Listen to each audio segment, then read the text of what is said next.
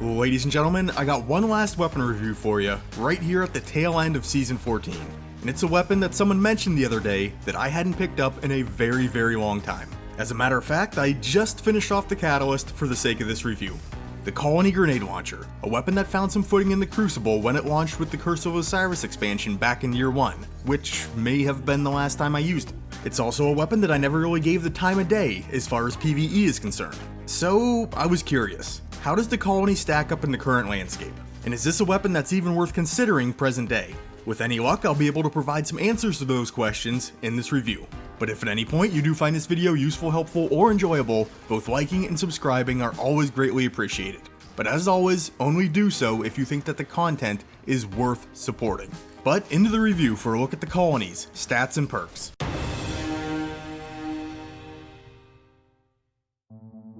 The Colony is an exotic void heavy grenade launcher firing at 140 rounds per minute with 8 rounds in the magazine once the catalyst is unlocked. As far as the stats go, we're looking at pretty low marks in two important categories for grenade launchers, that being blast radius and velocity. But we are looking pretty good as far as stability, handling, and reload speeds are concerned. The intrinsic trait on the Colony is Insectoid Robot Grenades. This weapon's grenades are insectoid robots that chase targets and explode when close to them.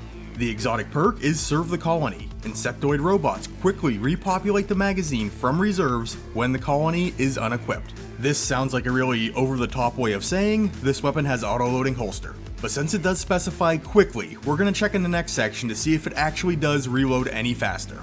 And the catalyst for this weapon does give it extra reserves and does boost the magazine size.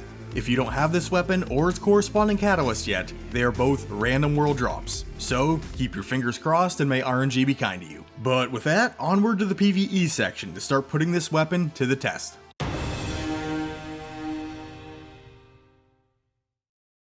Alright, as always we're going to get into the functionality aspects first. The insectoid grenades, when fired from the launcher, once they hit a hard surface, will start to crawl around and try to lock onto a target. They can scurry across the floor, go up walls, on ceilings, around corners. They can crawl just about anywhere. And they're fast little buggers. They move at a pretty good clip. And the grenades have an active uptime of 2.5 seconds. This is going to kick in as soon as the projectile hits a hard surface. So whether you fire it at the ground right at your feet or lob it all the way across the room, once it hits that surface, it's going to crawl for 2.5 seconds. If you do contact an enemy directly with one of these grenades though, it will immediately detonate. But nice added benefit is that you can't inflict any self-damage with this grenade launcher. Even if you have a baddie barrel stuffed and you pull the trigger, you're gonna walk away unscathed. For the reload speeds, at base we're looking at 2.73 seconds to swap out magazines. And with a single grenade launcher loader mod applied, we can cut that down to 2.21 seconds. For the autoloading functionality, since the perk does specify quickly, we're going to check it out. I'm going to be timing things from the exact frame that the grenade launcher completely leaves the screen. And we have to pay attention to an audio cue to let us know that this is working. So I'm going to shut up for a few seconds and let you have a listen.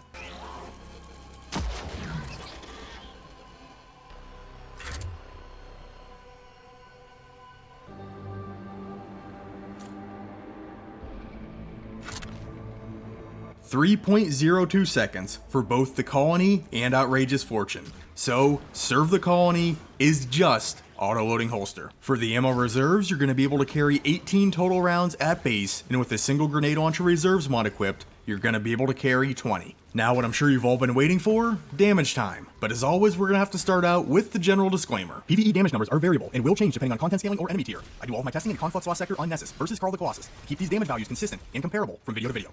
So versus Carl, on a direct impact, we can see the Colony scoring 6,341 points of impact damage and 13,052 points of damage from the blast. This is a total of 19,393. And keep in mind that a grenade crawling on the floor is only ever going to see the blast damage. But the maximum damage within a single 8-round magazine is 155,144. If you want to consider non-direct impacts, we're looking at 104,416.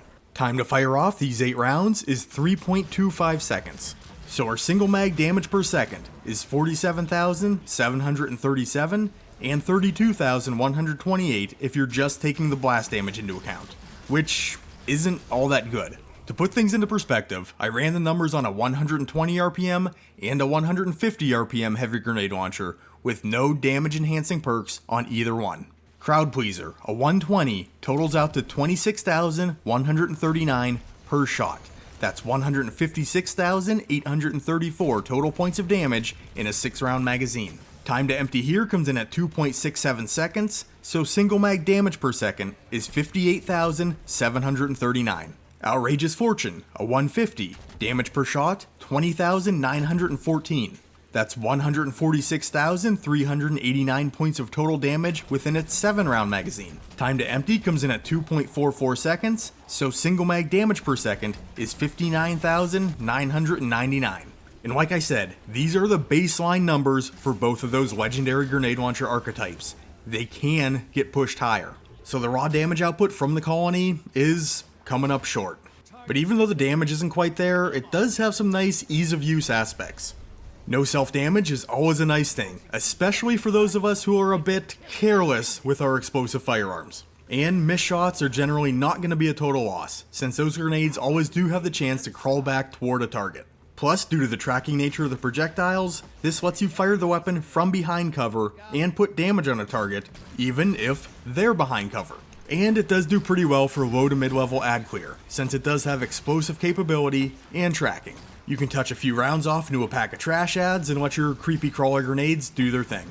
But in my world, 99% of the time, ease of use is not a substitute for damage output. It packs less of a punch than legendary grenade launchers without damage perks. And I'm not comfortable sacrificing my exotic slot and damage just for some additional ease of use. Especially given the fact that heavy grenade launchers in general are not a difficult weapon class to wield. It doesn't feel like a good trade-off with the colony. Then if you're in an area of a map that has a lot of pits and holes in it, there's always the chance that your insectoid grenades are going to crawl off the edge, never to be seen again. Then versus airborne targets, the weapon does lose some effectiveness, since the insectoid grenades do need to crawl on hard surfaces. I mean, you could always go for a direct hit, but then you're better off with a standard grenade launcher. Then, endgame viability. I mean, it does have a catalyst, so you can generate orbs of power with it. And if you really wanted this thing to work in endgame content, you could probably find a way to do it. But I just don't see it being anywhere near the best choice. There are a lot of great exotics out there that hold up a lot better in higher level content. I took it into a few scaled up lost sectors, and it did its job, but it was just kinda there. Not a blessing, not a hindrance.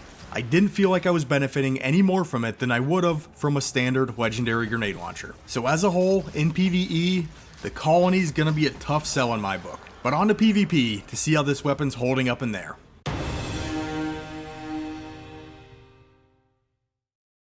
Alright, into PvP for the damage numbers. The colony's dealing 69 points of impact damage and 140 points of blast damage for a total of 209 points of damage. That means the colony can down a guardian at any resilience tier with one direct impact. But if we're just relying on the blast damage, it is going to take 2 shots to down an opponent, versus a guardian in their roaming super. 3 is the magic number. And it doesn't need to be direct impacts. 3 tracking insectoid grenades making contact with the target does have enough punch to finish the job. As far as the blast radius goes, to deal full damage to a secondary target, the 2 enemies almost need to be standing shoulder to shoulder. But the maximum blast radius does appear to be about 4.5 meters, where the secondary target will take some damage from the blast. As far as the colony's performance in PvP, it's still holding up pretty well. The tracking nature of the insectoid grenades makes it very easy to secure 1 kill. Maybe even a double kill if you can catch some enemy guardians grouped up. Confined areas of the map are this weapon's friend. Tight hallways and low ceilings are where this weapon can thrive. Also, the ability to fire on an opponent from around a corner or behind cover is very useful, giving you the opportunity to down them without ever gaining line of sight.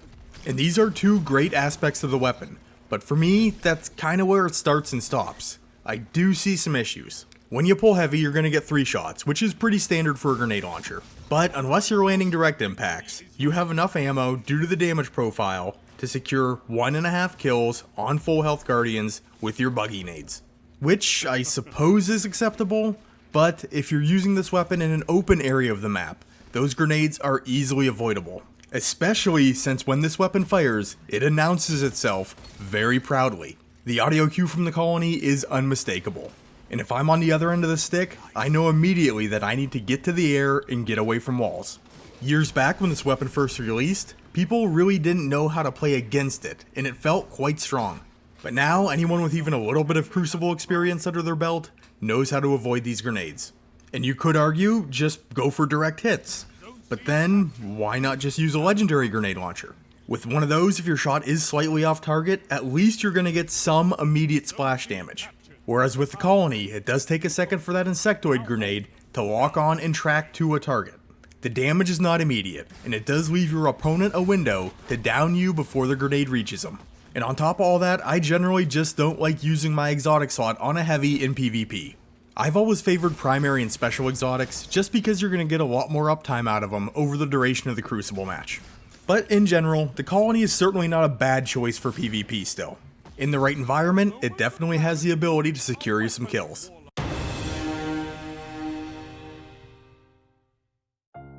For the verdict, the Colony just has the stench of a year 1 weapon all over it, because it is a year 1 weapon.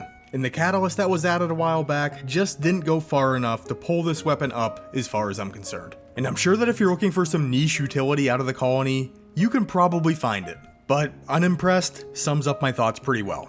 And I'm saying that while using it in a season that was stacked full of grenade launcher artifact mods. When season 15 rolls around in a couple days, I mean, oof. But Bungie is still talking about reworking some of these outdated exotics, and I think the Colony is a great candidate. It's definitely a weapon that could use some love. It's fallen behind the curve, and I hope it gets some attention sooner rather than later. But hey, if you did enjoy this video, please remember to leave it a like, and consider subscribing to the Ironworker Gaming channel to catch more Destiny 2 content in the near future. If you'd like to contact me, you can look for Ironworker814 on Twitter, join our channel Discord, link will be in the description, or just comment down below and I'll do my best to get back to you. And with all that being said, I'd like to thank you for taking the time out of your day to check out this weapon review. You guys are awesome, and I will catch you on the next one.